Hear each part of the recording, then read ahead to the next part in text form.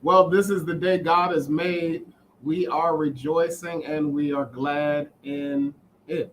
So glad to come and share with you on this wonderful, wonderful Wednesday. Today is what? Wednesday, the 24th, and the month of August is leaving quickly. The summer is leaving quickly. September will be here before you know it, but we are grateful that God has been with us all summer long through all of the chaos and confusion and different things that are going on all around us. We still declare that God is good and God is good all the time. Thank you so much for your texts and your calls and your emails about the series we did on the fruit of the Spirit. So glad that so many of you were blessed by it and that it was a blessing to you.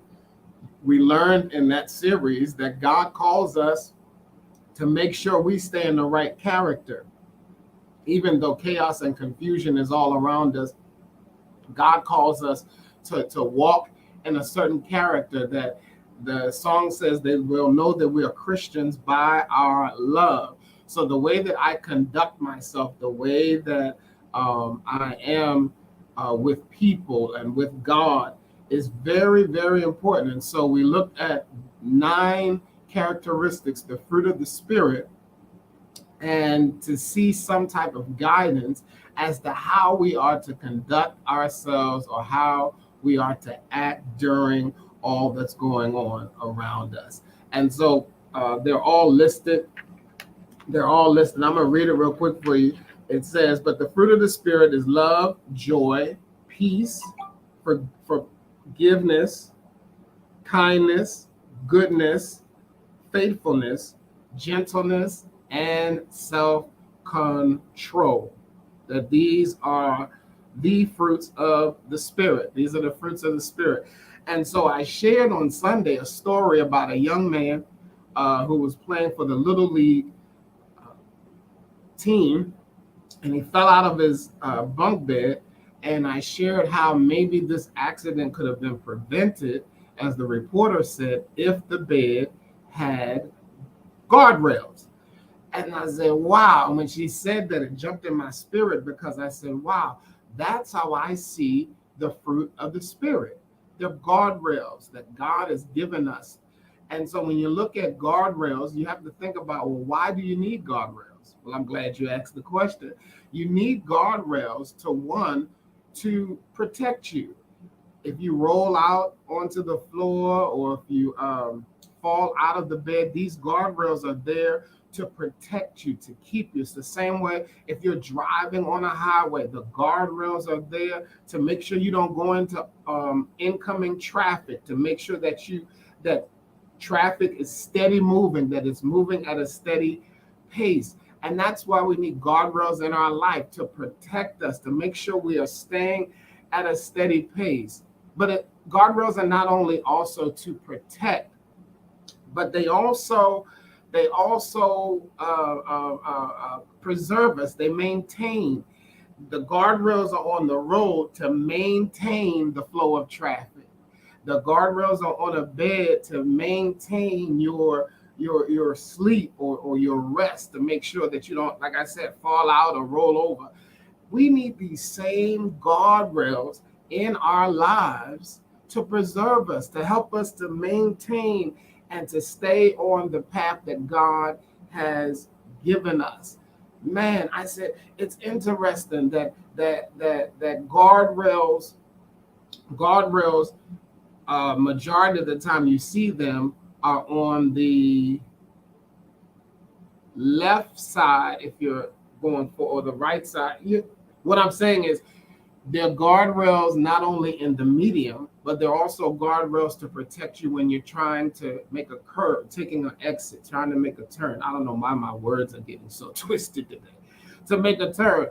And so God gives us these fruit of the Spirit to guide us in our lives, to protect, preserve, and to prevent unnecessary injury. If the guardrail was there, maybe this young man wouldn't have sustained those injuries. Guardrails, somebody was saying maybe we need guardrails on the medium that's on Route 30 to keep cars from crossing over. We all need guardrails in our lives. We need guardrails in our lives. I'll share this story real quick. When I was learning how to drive, my parents would get in the car, in another car, and they would ride beside me while I was driving. They would ride beside me. Somebody said, why? They would ride beside me because I had a tendency of swaying over the line. I had a tendency of crossing over the middle, the yellow line that's there, or it could have been a white line. And so they would stay beside me when the road was big enough to make sure that I wouldn't go over. It was almost like they acted as guardrails to make sure I didn't go over the line, to make sure I didn't go into incoming traffic, to make sure I maintained and stayed on the path and went with the flow of traffic.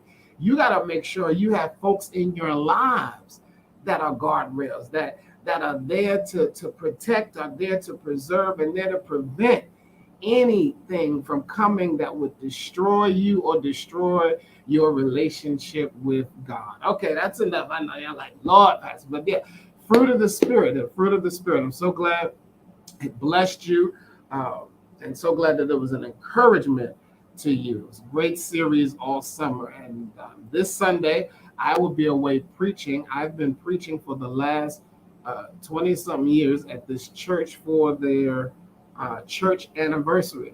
And so it's my good friend there in Baltimore, and you guys will get a chance to meet her because I'm going to invite her to come and preach for my anniversary in October and start a relationship there. And so I'm looking forward to that. I'm going to miss y'all on Sunday, but I'm leaving you in capable hands. Reverend Dr. Dominique Denman will be here, and she will be preaching on Sunday. There'll be no Wednesday word for the next 2 weeks. I'll be gone. I'm going on a little vacation just to go down and visit my dad for a couple of days and then come on back over the Labor Day weekend. Prepare for our church picnic. Our church picnic is coming up on Sunday, September the 11th, right, 9/11.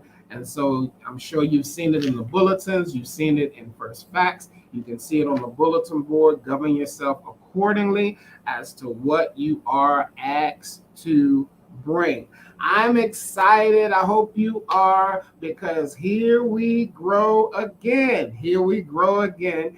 And we're excited to welcome the new members into our family. We're going to do it on Just Peace Sunday, which is Sunday, September the 18th at 10:30 a.m. And so please invite your friends, your family to come, invite FRC members who you may not have seen in a while so that they could come and be with us as we welcome new members into our church. I think that's about it. Oh, and thank you for the backpacks. Oh my gosh, thank you so much. Thank you so much. Thank you so much. They had so much going on Monday. They asked me to deliver them tomorrow, so I'm going to be doing that tomorrow morning, taking them to Fulton. But thank you, Judy, for making the tags. Be loved, be kind, be you. A great witness that we do to Fulton Elementary School. Well, I pray you've had a blessed summer. I pray that God has been with you, and some have experienced losses. Some have been going through different trials and tests. But the good thing is that God allowed you to go through it. God gives you a grace to get through what you need to get through. And that can be your prayer. You ride in the car, God, give me a grace to get through what I need to get through. You get home, God, give me a grace to get through what I need to get through. You get to work, God, give me a grace to get through what I need to get through. And I believe that God's going to honor that request in your life. I pray you have a blessed Labor Day. I pray that you have a great time with family and friends. And I will see you on Wednesday the 7th by the grace of God. Have an awesome day in the Lord. Try to get out and enjoy this nice weather. It's not too hot feels good, and we will be blessed. All right. I love you. Talk to you soon.